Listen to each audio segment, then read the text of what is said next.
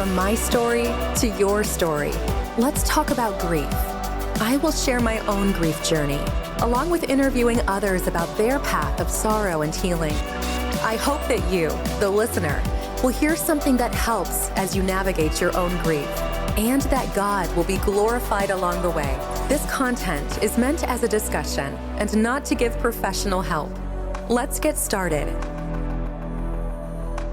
Today I have with me Dawn Hawley, and we met through a mutual friend, Delita Goins, and Dawn has also had her son be taken to heaven, and she's agreed to share her story with us today.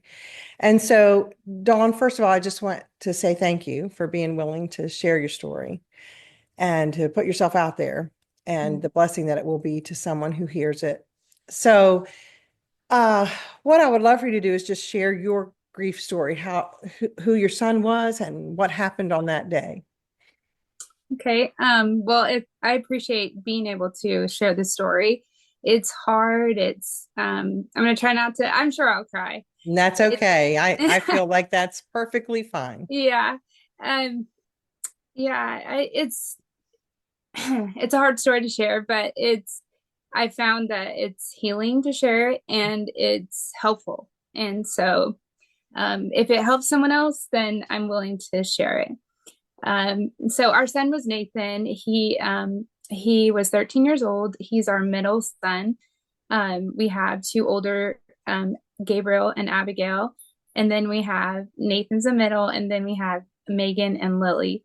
And they're 2 or 3 years apart in age. So 5 kids. And we had gone to church camp, and my husband and I went with the kid. Well, we went with the 3 older kids. So it was Gabriel, Abigail, and Nathan. And we went as the cooks, my husband and I, for our cabin. Okay. And it was summer, hot, a super hot summer. It was over 100 degrees every day for weeks, probably 3 or 4 weeks. Okay. And prior to this, 2 weeks prior, we had gone on vacation at a lake with our family. Okay. And our daughter Megan, who's a few years younger than Nathan, she was running up a hill and passed out into some bushes. And my other daughter yelled, and I came running, and my husband's brother came running, and we just tried to wake her up, but she wouldn't wake up. And I remember I just kind of froze, and I just stood there, and I just prayed, like, God help us. And then I just leaned down and told her, it's okay. You can wake up. And she finally gasped for air and finally woke up. And it was super scary, but it just seemed like it was hot. She was dehydrated. She hadn't drank much water. And but we did get the ambulance because 20 years prior to that, had passed out and gone into cardiac arrest in our choir practice at church. Okay. I was just nervous for some reason. I was like extra nervous about giving this prayer request that was kind of odd. It was an odd prayer request, and I just got super nervous all of a sudden, and it just kind of came on, and all of a sudden I felt myself like just slipping away, and I passed out, and they couldn't wake me up. And so they got the paramedics to come, and they used the defibrillator, and I ended up going to the hospital, getting an internal defibrillator. I mean, I barely made it. They said I would have died if the paramedics hadn't come. But they did, that was 20 years ago, and they did testing on me then. And they didn't do like genetic testing because that wasn't really something you did back then. Okay. They didn't have, it was too expensive, and they just didn't know much about those diseases. And so they just said, it could be this, but we aren't diagnosing you with that. And so I went on, and nothing major has happened since then. I've passed out as a child, but I mean, I just went on with my life. I did very active things. I mean, very, very active things, and went on. And at the time I couldn't have kids. So I I didn't have any children, and my husband and I didn't have any children. And maybe that's why they didn't warn us or tell us like this could be a genetic disorder. Okay. So this is a long story, and I'm sorry, but it's kind No, of, no, no. I think it sets up for, yeah, understanding what happened. yeah. And so fast forward to Megan passing out. This is, 20 years later. She passes out on vacation. So because of me, even though I wasn't diagnosed, we just had her go in the ambulance to the emergency room. Okay. And they said it's probably dehydration. I mean, with this heat, it's probably dehydration, but just make an appointment with a cardiologist and, get in and just maybe start making sure that it's not something else, or maybe because if you do have a genetic disorder, then she could have it, so you just want to be sure. And so, we're kind of like, okay, all right. So we get her the appointment, but it's several weeks out because it's maybe 2 or 3 weeks out. Okay. So go back to camp. So okay, so that happened. She doesn't go to camp. She stays with my mom. We go with the older kids, and it was burning up hot. It was, it kind of made me nervous. But I remember taking all these precautions and saying, just in case, guys, like, stand in the shade, and we'd stand in the shade. Let's go get some extra water. I brought extra Gatorades for the boys, had them drink them. I wasn't crazy, but I was like cautious for sure. Yes. But honestly, in my heart, my caution went more towards my daughter Megan than Nathan. And I mean, because he had never passed out, never shown any kinds of signs of it at all. But that's kind of how these diseases are. And that one day he went down and was going to go play with my other son, Gabriel, and he went into sudden cardiac arrest. This is 2 weeks after Megan. Wow. And my son tried to get attention of some workers, and he did get their attention eventually, but like he was my older son, Gabriel, he was in charge of trying to get him help and try to help him. And they were finally, they were able to start CPR, and I think it took a few minutes for everyone to even realize what was going on. And it was kind of chaotic, but the workers did respond really quickly, and they got CPR, and they got a defibrillator that was near, and okay, they used a defibrillator. But so my son comes running barefoot, I don't know, a long ways to get me and my husband. Our pastor brings us in a little van, and we were there at the scene, kind of. I mean, I was a little further away, and my husband, he just tried to make sure everyone was doing what they should be doing. Okay. Yeah. And then the ambulance comes later, and they take him in the ambulance, and we jump in a car and go to the hospital, and our son Gabriel's with us. And anyway, we're at the hospital for a while, probably over an hour in the chapel, just begging God. Yeah, it's the worst moment, you can't Absolutely think of anything worse than that. Kind of as a mom, it's really your worst nightmare. And then they decided to flight him to Texas, and to Dallas. And so someone let us borrow a van, and we got our daughter Abigail and our son Gabriel, and we went to Texas. And just my mom drove the younger kids, Lily and Megan, to Texas, and we were just there with him in the intensive care. He was on life support. Honestly, it sounds terrible, but it was kind of a blessing in a way that we were able to just kind of be around him. And okay, I don't know if the kids could have maybe accepted it as soon, not having been there and seen him. But at the same time, it's kind of like, I know that was the best thing because God had it happen. But also, like, now talking with Megan, it's traumatic in any way. Absolutely. Yes. I don't know if it, what's better and what's not, but it seems like it probably was better.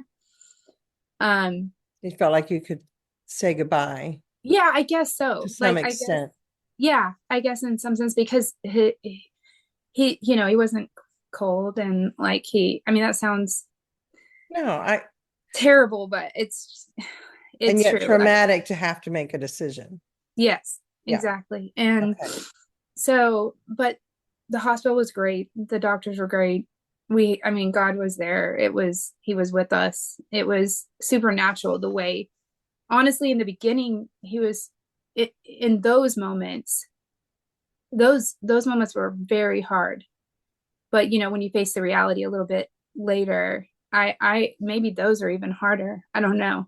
Okay. Like, when it hits you 100%, like, this is true. He's not coming back.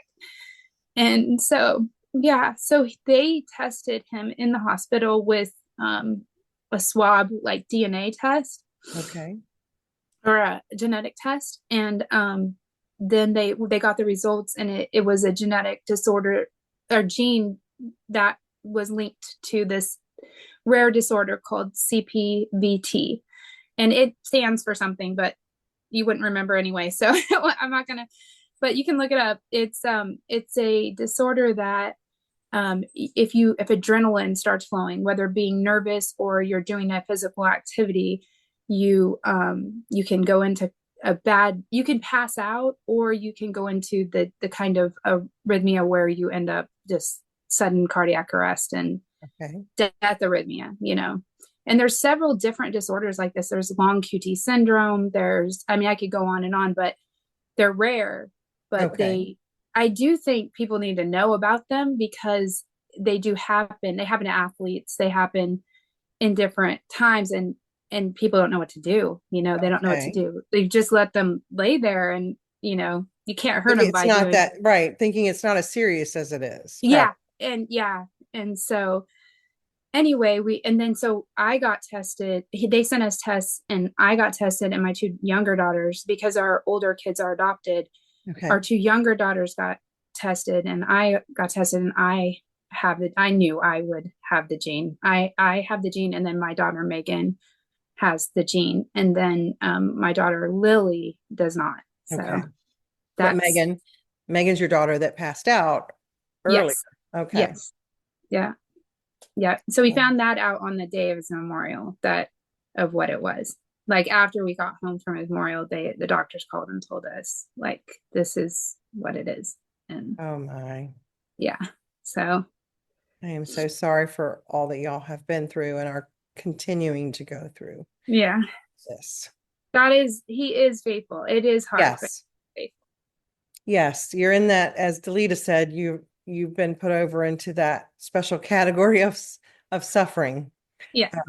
Where God teaches us more about himself, but not necessarily the way we would have chosen. Right.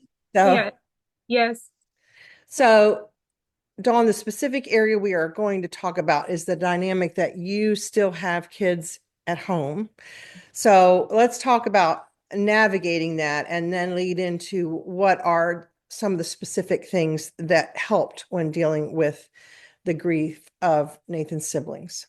Okay. Well, it's definitely hard to help others when you're in such deep grief and in a deep grieving place, I guess. Yes. But God gives you grace to do it, and you love your kids so much that you're going to help them any way you can. I do think here's a positive, is that you have others with you that are pretty much going through the same thing, and you're all around. There is a positive to that, the fact that you aren't just sitting alone, even with, like, your story. My mom lost her husband too, and I know when there were things where it was very lonely, like, in her grief, and so I'm going to say it's a positive in that you don't feel as lonely in your grief, I guess, having your family around.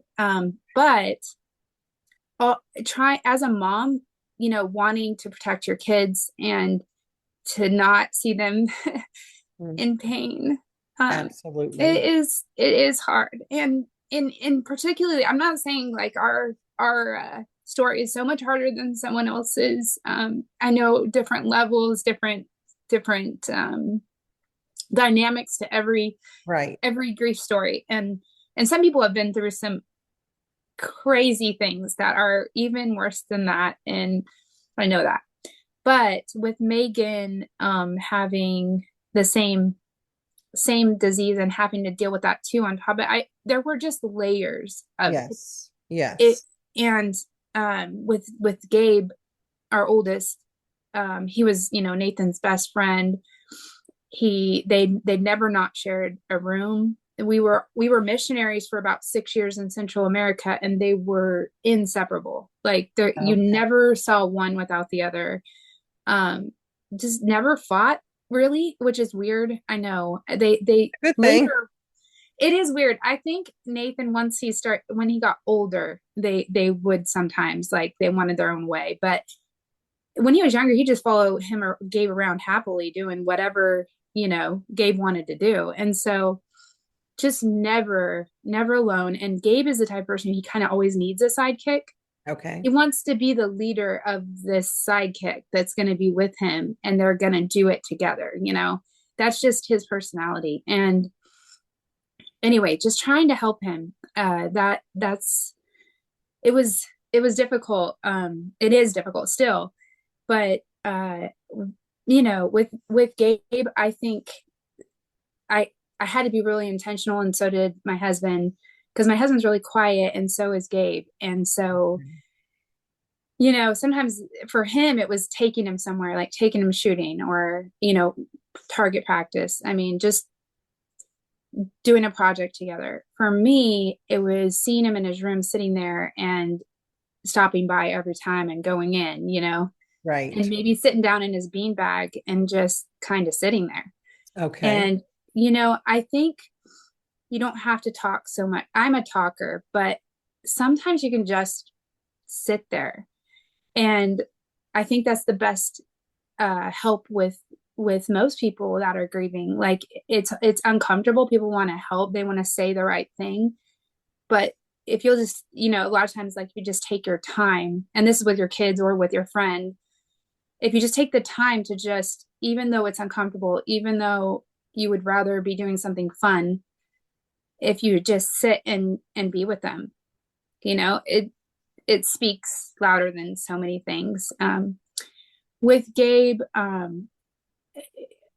like I would sit there and then I might say something like, how are you doing? Or Okay.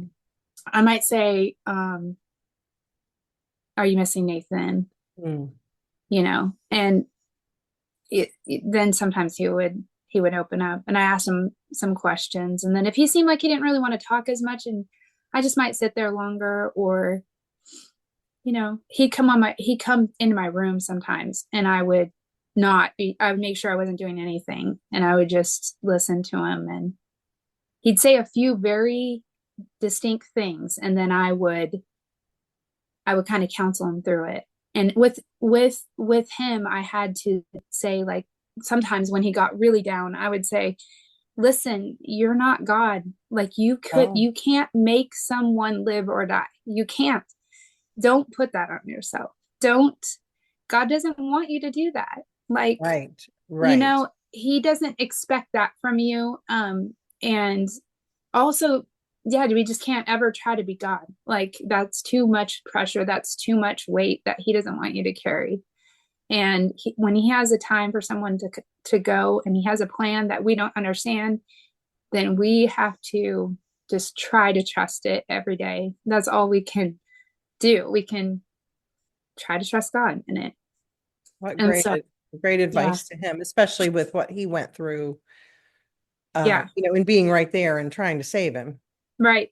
It was, yeah, it's even hard to think about. I mean, like we talked about it early, but it's just so deep and so difficult. And sometimes you're hoping that they're actually, you know, talking enough or getting help enough, you know, and I think that's hard to know sometimes, like whether they need more help, or they need to talk more or not, you know. Our family, one thing we would do is, so something we already set up, which this helps so much when you go through something, is that at dinner, so after dinner, we would stay at the table, like everyone had to stay, and we would read the Bible. My husband usually, we sometimes we'll have a devotional book or even just like a missionary story or anything to kind of meditate on or talk about.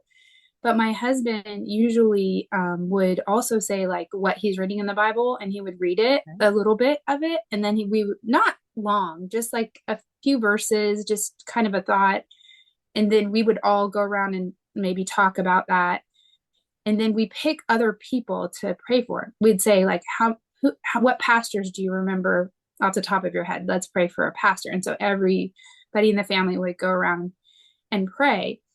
And so because we had that time set up, we had books, a couple of books that really helped us. Oh. So I would read them out loud, like after. That's a great idea. Yeah, I would read it out loud, and then we would discuss it. And that was like a counseling time. Absolutely. Because everyone would start crying. And, it seems like torturous, but really it was causing us to face what some of us wanted to stuff. And right. So no, I think that's fantastic, because you're giving them a safe place to go ahead and grieve. And if they just want to listen or think about it, fine. Right. Or if, so we're going to continue for now talking about some of the specific things that you did to help the siblings of Nathan as they're dealing with their grief, or things you've done or things you are doing. Yeah. So we talked about Gabe, and then with Megan having the same disease, it was kind of just helping her through with Nathan. And then also there would be times it pop up with her accepting the fact. I think even for me, I had to face fear. Absolutely. And I'm sure, I don't know how it feels I have the same disease, but I'm older, and I don't know. I just don't know how it feels to have your brother that's so close in age, and that fact that you just passed out. Right. I don't know how that feels to navigate that kind of grief and that kind of maybe fear that you could be next. And also, she's at this age, it's even gone further to where she's thinking about, someday I want to get married, and am I going to pass this on to my kids? And she's grieving the fact that, like, will my husband not want to, like, will the person I want to marry not want that? And just so many things. And it's just trust. It's all goes back to trust. And while we were doing our devotions as a family, we read a book called Uncommon Trust by a pastor in Tennessee who had lost his son. And he just wrote about trusting God and the nature of God, and how you have to meditate on that, and that he is who he is. He's kind, he's sovereign, he's loving, he has a great plan, all these things about who he is, and just trusting that, and not the circumstance for who he is. Like, this is because of this crazy thing that happened, then he's some terrible person or terrible God. Yes. Well, and I was just actually reading some on that myself, or studying about how grief makes you question everything about God, and how important it is to continually remind yourself from the scriptures about the facts of who God is, instead of trusting your feelings at that time. That's about all you can do, is just say, okay, God, I trust your word, even though I don't feel like that right now. Right. Yeah.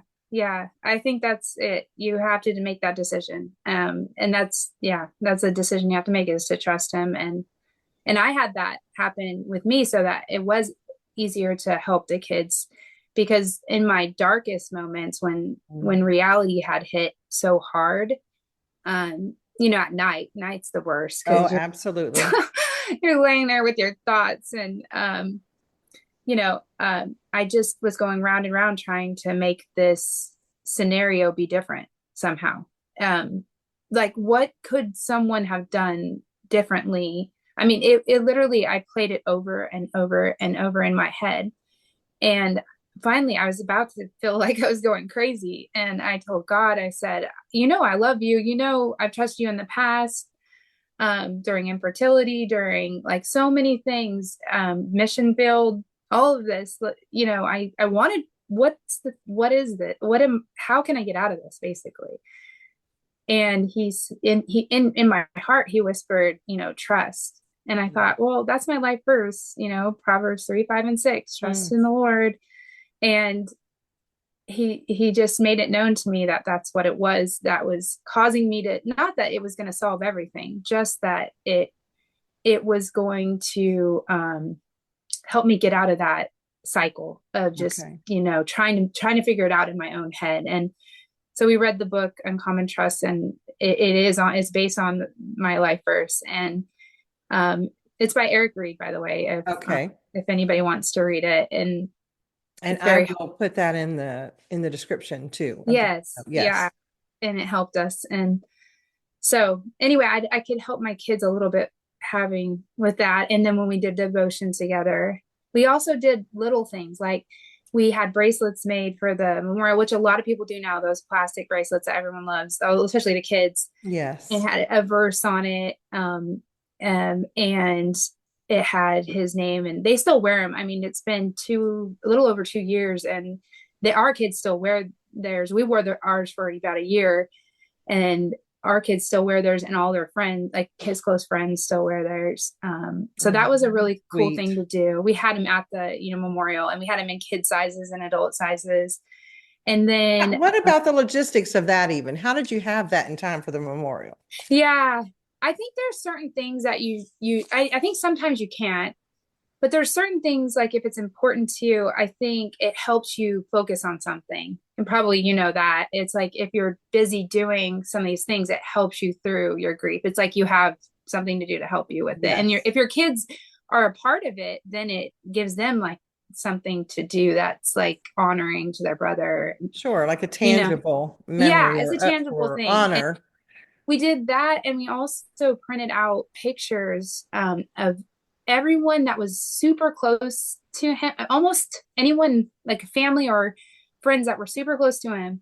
We printed out pictures and laid them all over a table and made extras and said, like, if you're in this picture, take it. Oh, that's precious. Yeah. And it was really cool because we had tons of pictures. We have a table. I mean, I have pictures of people standing at the table, just looking at all of them.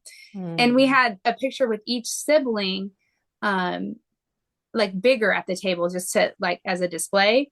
Sure. And then all the pictures for them to take. And that was really cool. And I've been to people's houses, and they have them on their fridge, and, just memories of Nathan. And so that was a cool thing we did. And I think that helps the kids. My husband and I went to 2 grief retreats. One is called While We're Waiting, and anybody who's lost a child, I highly recommend. Very good Christian retreat that is free. And you have to you can sign up online, and really good. They give the gospel at the end, and they both, all the people who started it lost children. Okay. And it's just, it really helped us. But we knew our kids kind of needed like an outlet, especially in the early, like the first, 6-7 months. Okay. And someone associated with that retreat had their own and it was a family retreat, which is really tricky because you talk about your feelings, and there's all ages of kids, and sometimes they don't feel comfortable talking. And I think people are kind of afraid to do it. Sure.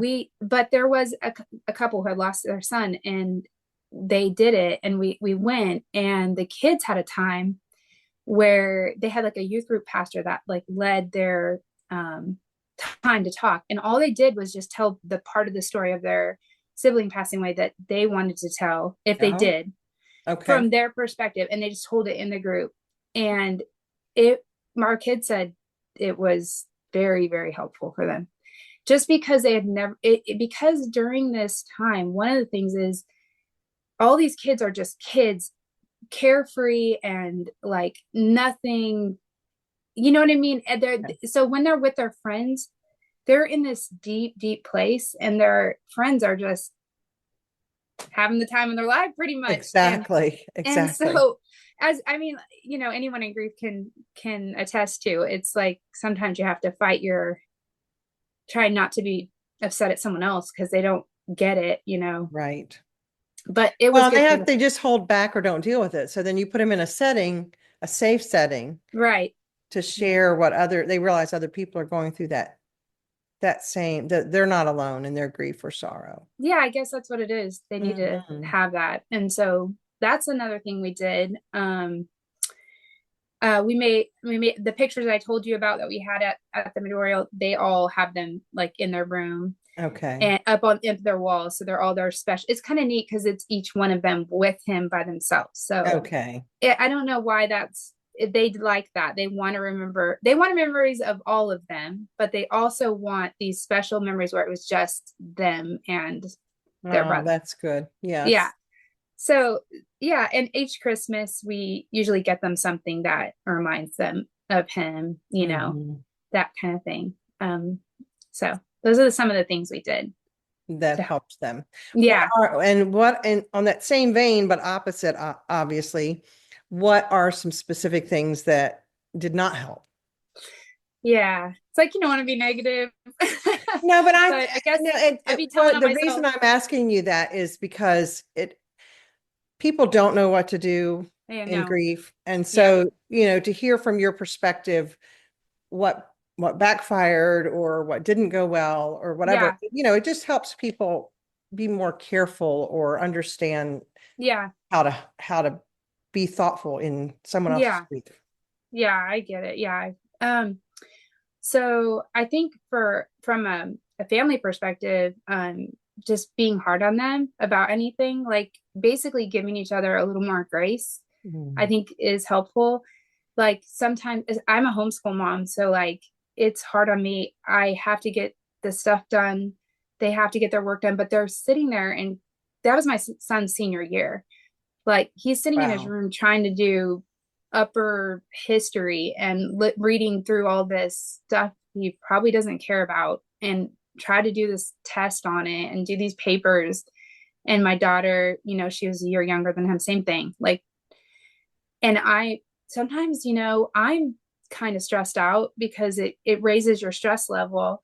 And then you're like, you kind of get hyper and want them to get these things done. And I think it's just maybe stepping back and realizing like, so what if they didn't get everything done today? I mean, I don't know, just giving them a little bit of grace, like just maybe. I think grief puts things into perspective, doesn't it? I mean, it definitely things that were so important before, you're just like, that doesn't mean just right now. Yeah, exactly. And so giving them a little bit more grace, which was hard on me, that was against my personality, and I had to work on it. And sometimes I did well at it, and sometimes I didn't. And then also,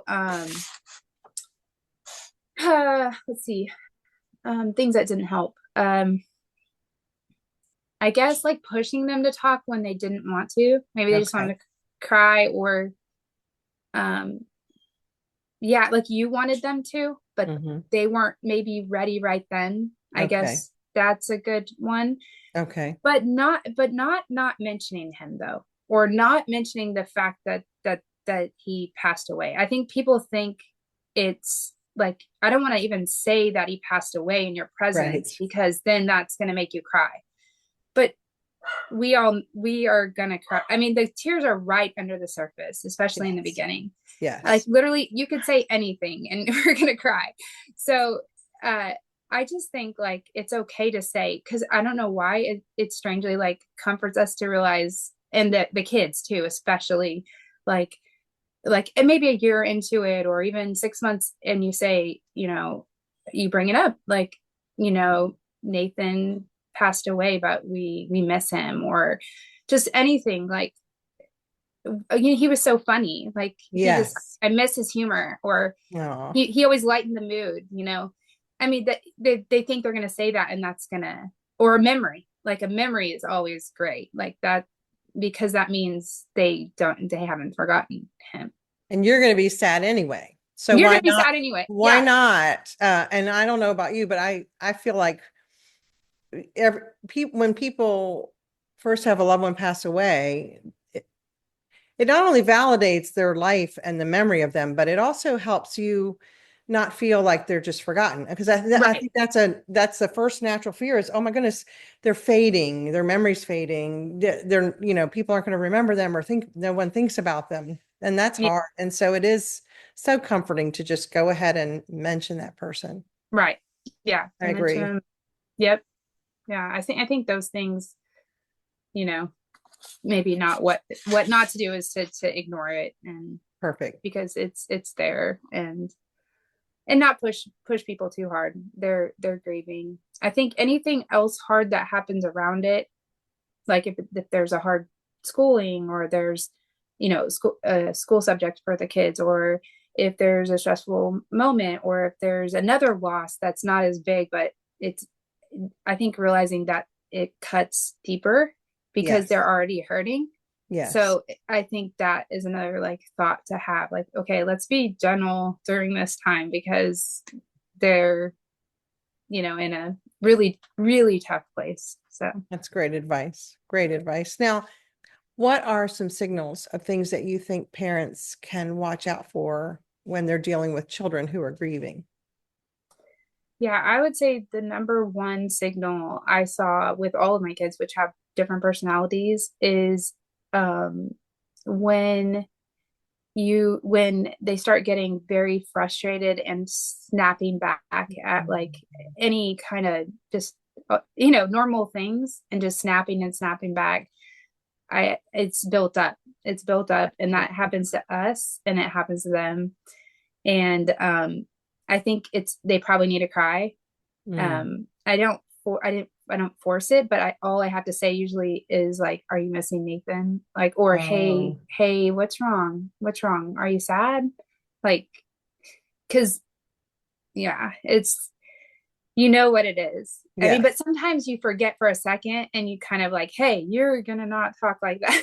But Right. then, but then later you say, "Wait a minute, I know what this is. Like, I felt this myself. I know what this," Yes. and I think that's the number one. Okay.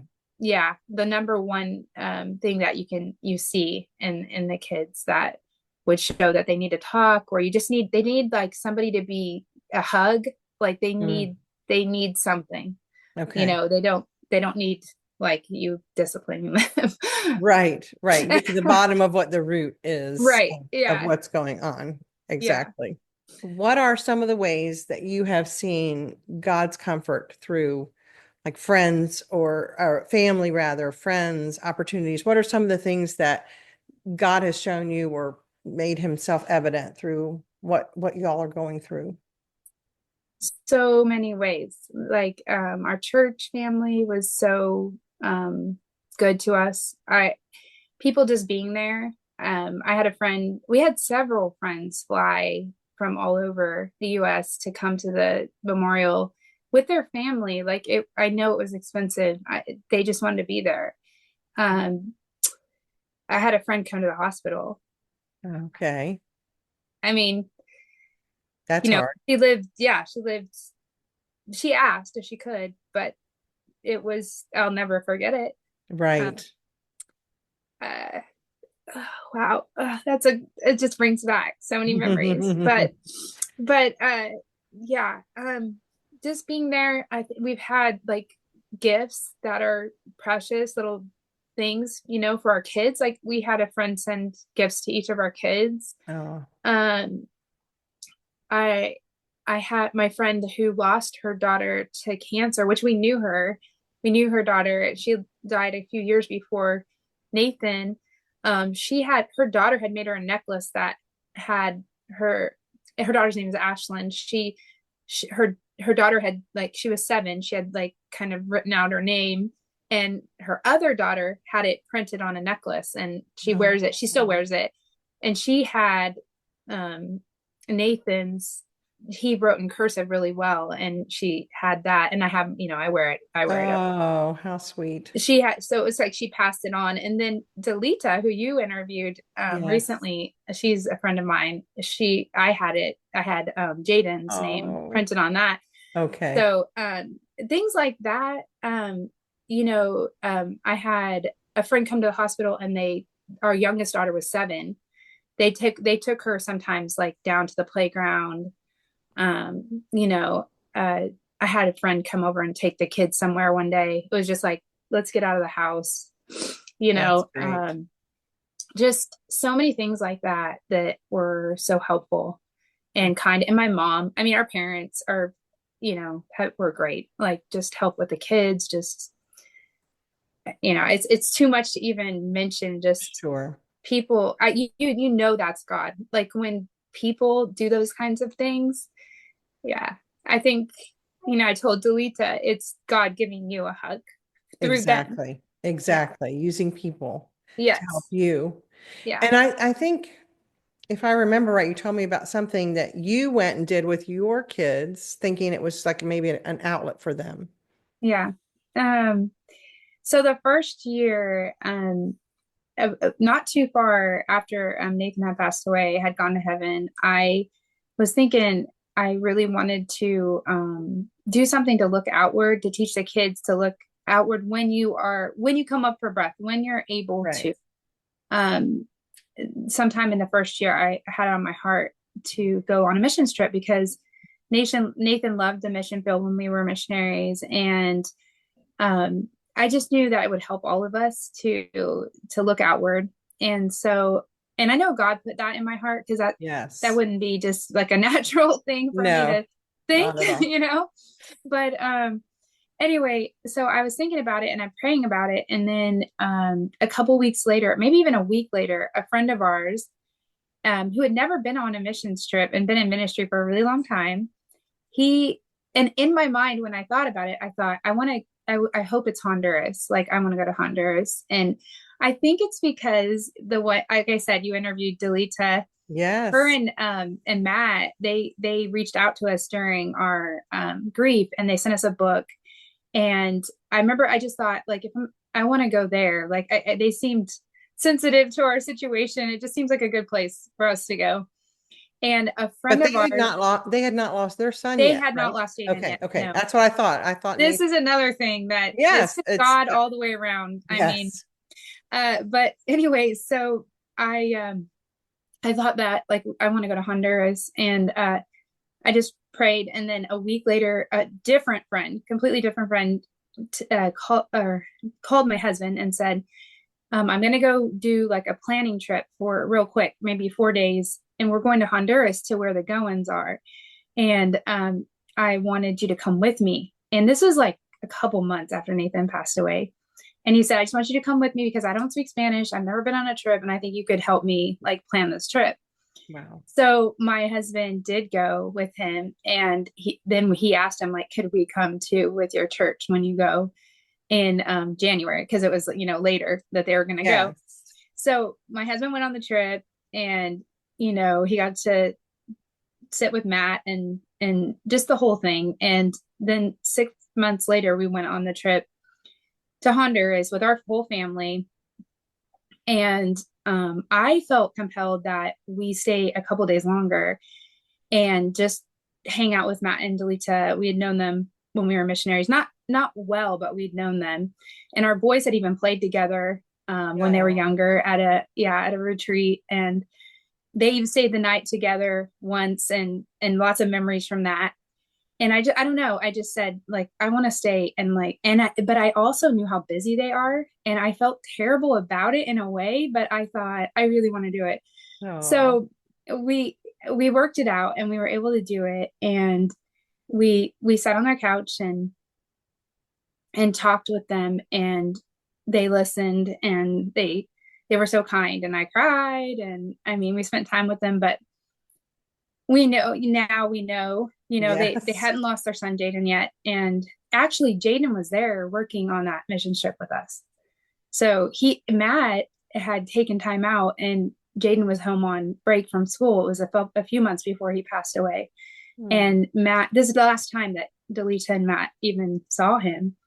And I know that's their story, but we saw this Yeah, happen in she the midst of, mentions that. No, yeah, she mentioned that to me was yeah, Jaden's life was affected to the point he even mentions it in a sermon, I believe, about Yes. Nathan's Yeah. death and the impact it made to not know what to say, but just sit there with you. And then later, she's the one sitting there Yeah. in the Which same, I hate that. I right. hate in my fleshly self. I hate that she had to taste that same bitter cup. Like Yes. I didn't want it for her, of course. And but yes, we did get to spend time with him, which was really neat, and see his dad and him work alongside each other. And then my husband he preached at where Jaden was there working with us. He Okay. preached about the loss of Nathan for the first time in Spanish. Wow. But Wow. yeah, and then they were there, and then I have a picture of him talking to Jaden after Oh, at the back. But just I think God just knew that we both he already knew what was going to happen, and he right. wanted Delita and I both to have like each other in Yes. it.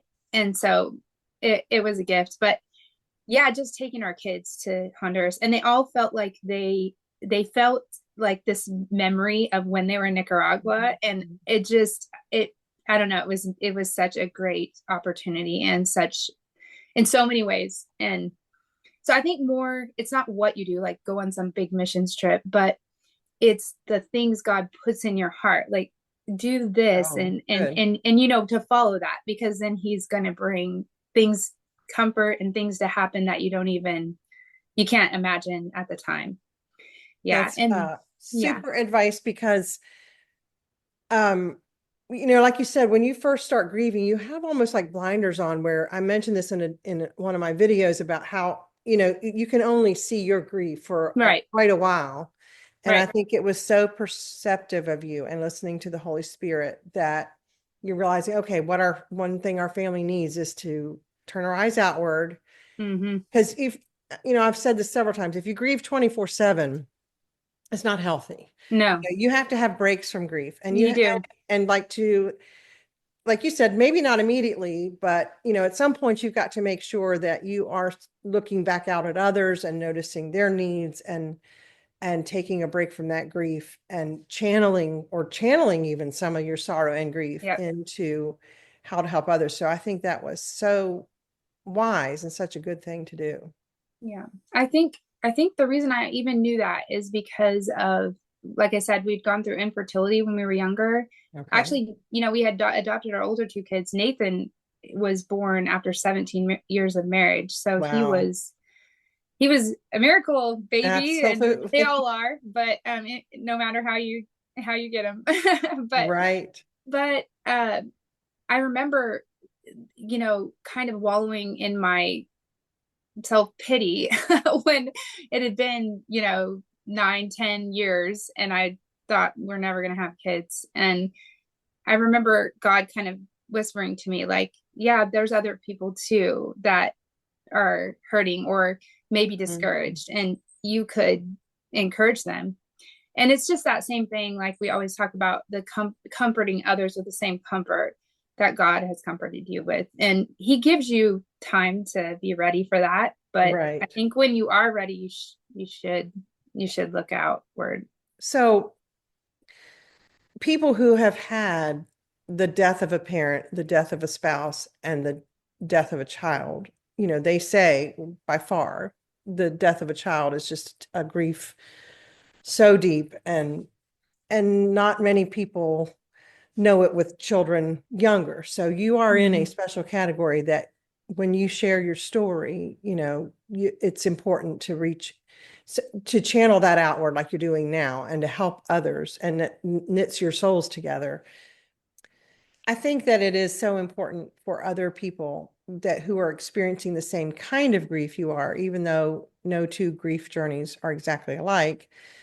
Uh, that the parent out there who's just started this journey can look to your life and say, okay, she's not covering up how awful it is, but on the other Mhm. hand, she's making it through this journey, and she's looking to Mhm. the Lord.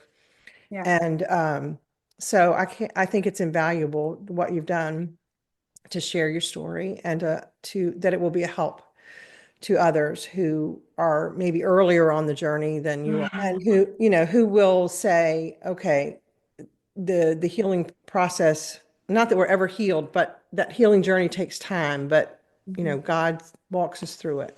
Right. Yeah. Thank you. I think that is important. You have to help if you can. Yeah. If you can help out. We were able to give our testimony a few times in churches, Oh, good. and also we went to Dominican this last summer with our family, and we're able to do that, pass out some tracts we made with Nathan's story, and Oh, wonderful. yeah, in Spanish and in English. And Wonderful. I do think once you get to that point where you can help, if look around and see who you can encourage, it helps you too. Absolutely. You know, so Well, I very much appreciate you being willing to come on here today and to do that and to share Nathan's story with us. yeah. And the special, I appreciate you discussing with us the special angle of dealing with siblings, you know, that are still in the home, Yeah. grieving alongside you. So Thank you. We appreciate you joining us today at Speak Your Grief with Sonia. Connect with us on Facebook, Instagram, or YouTube as new episodes are added weekly. Thank you again for joining us as we unpack our grief. We hope you have been reminded that you are not alone in this journey.